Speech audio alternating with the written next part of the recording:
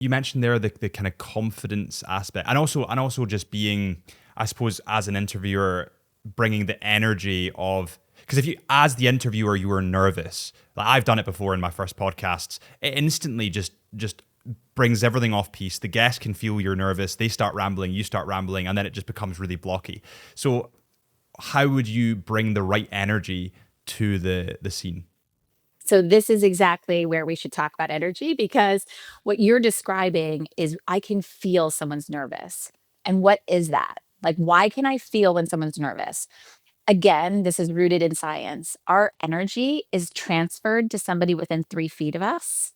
And it actually is found that it changes the biology of somebody, which is wild. And that's why when you're around a toxic person, it brings the entire team down. One toxic person can change the energy of that entire team. Conversely, one super positive person inspires a team. So, how do we work on that energy? And I am going like this because energy manifests in 4 categories: physical, mental, emotional, and spiritual. So in the mental category, it's, am I mentally in the right headspace? Am I saying the reframed thought of, I've prepared properly? I know what I'm going to present and I feel really great about that. Emotionally is like, am I feeling angry because I just got in a fight with somebody? Am I taking that energy into this? Or am I feeling really happy and light? People will feel one or the other. Physical, anytime I have a high stakes communication event, I have a really hard workout.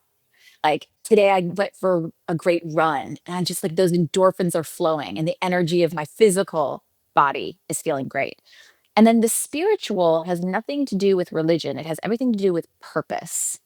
So, do I understand the purpose of what this is? So, for you, your purpose is to guide this conversation and listen to you answers and then think of what the audience might need a follow up on or move the Mhm. conversation along. That's why they're called anchors, if you anchor the whole show. My purpose is to share information that would be valuable to somebody on the other end of the microphone or listening to this or watching it. So we each are understanding of our purpose. If we were confused about that, this would feel scattered. So Mhm. when you go into any high stakes communication event, begin thinking, where am I in my 4 boxes? Did I have a fight with somebody and that energy is feeling really tense? Because your audience will feel that. And I'll tell you a really great example of this. So I had an executive that I was handed over by a comms team. It's usually the comms team that brings me in. And after my first session, I called up the comms person. I was like, are you trying to get me fired? Because this was the hardest nut to crack. He was like Mm. an evil Bond character. Like, this was, I was like, hey, like, trying to figure out ways to connect. So, how do we connect? And how did I get him to his next stage? So, I asked him, who are you your most authentic self with? And how would they describe you? And his whole face changed and he smiled. And I was like, wow, okay, so he's not going to kill me. So he said, my wife. And I said, well, how would she describe you? And he laughed and he said, she would be telling me right now to smile more. And I said, okay, here's what we're going to do. Every board meeting, everything, visualize your wife is with you. Bring her into the room figuratively with you. So I am flown out to their headquarters to help him with a corporate video. And the CEO pulls me aside and he goes, this is the first time I've seen him smile. What did you do? Right? He's just thinking about his wife. And so he's bringing that energy to it. Then we go through our session. We're all ready. We're about to hit record. And his admin comes in and says, I need you on this call. He leaves. He comes back in. We press record. It's a mess. So I stopped the Mm. whole thing and I go, what was that phone call that you just had? And he's like, oh, sorry. It was a really tense interaction with a customer. And I was like, okay, we're restarting. Then we did a whole nother session to get him back into that energy because he was bringing the emotional energy of that tense conversation. If you can think about your delivery from those 4 boxes, you alone are going to see a massive transformation. And what do we know about modern corporate America or workplace, because you're international? But what do we know about these modern workspaces? The only thing that cannot be threatened by technology, AI, a competitor, a successor, is your human energy and your communication skills. Those just cannot be replicated. It will make you impossible to replace. So if that's the case and it's your irreplaceable skill, why wouldn't you do something to fix what you have going on? It's like everyone thinks it's a soft skill.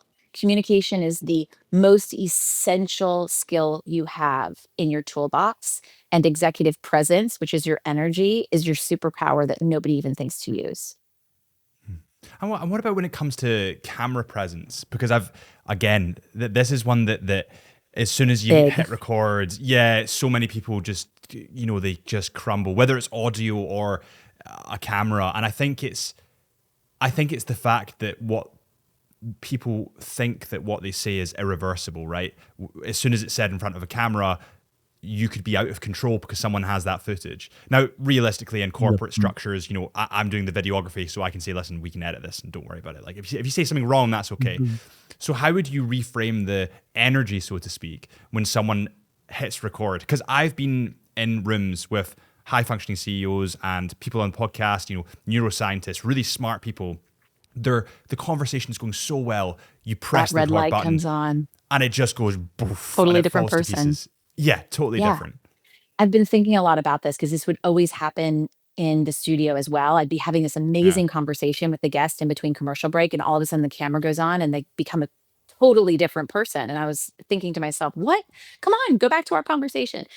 And I've thought about, why is it about that camera? Because to me, a camera is a crutch, but I had to train myself to make it my crutch. And the way I did that was I began thinking of it as my most trusted person. We call it your MTP. So for that executive I was sharing, his MTP is his wife.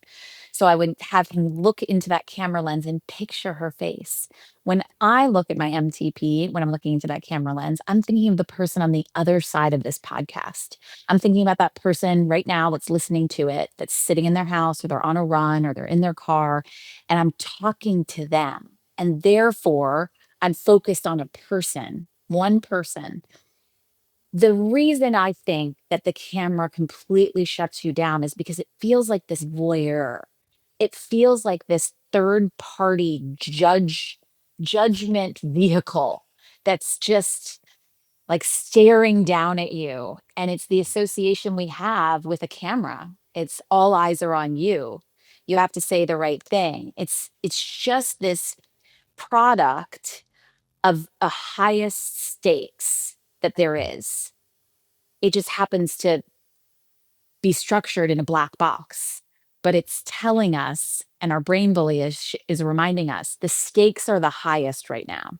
And no matter how much Harrison says, we can cut this, we can edit it, the brain bully's like, nope, this is the highest stakes you're ever going to have. Throw in media, throw in live TV, and it's times 1,000. And it's why if you go onto CNBC right now, you will see example after example of CEOs and executives on there that look totally all over the place. And you don't know what they're saying, but they're super smart people. And you're like, why? But that red light has shut off that part of their brain so they can't share it. And that's why you can't really ignore this issue. You have to face it and resolve it, because visibility and the ability to deliver in high stakes communications is going to be our survival skill set. Everything else, we bring in the next successor. We replace you with a competitor, or AI does it. If you guys enjoyed that clip, please do me a huge favor before you go and head over to our Into the Mind podcast official page, where we have the raw, uncut Into the Mind podcast, and hit that subscribe button. And the more subscribers we get, the more incredible guests we can get on the show. I really appreciate you guys for watching. Thank you so much. And I'll see you all real soon.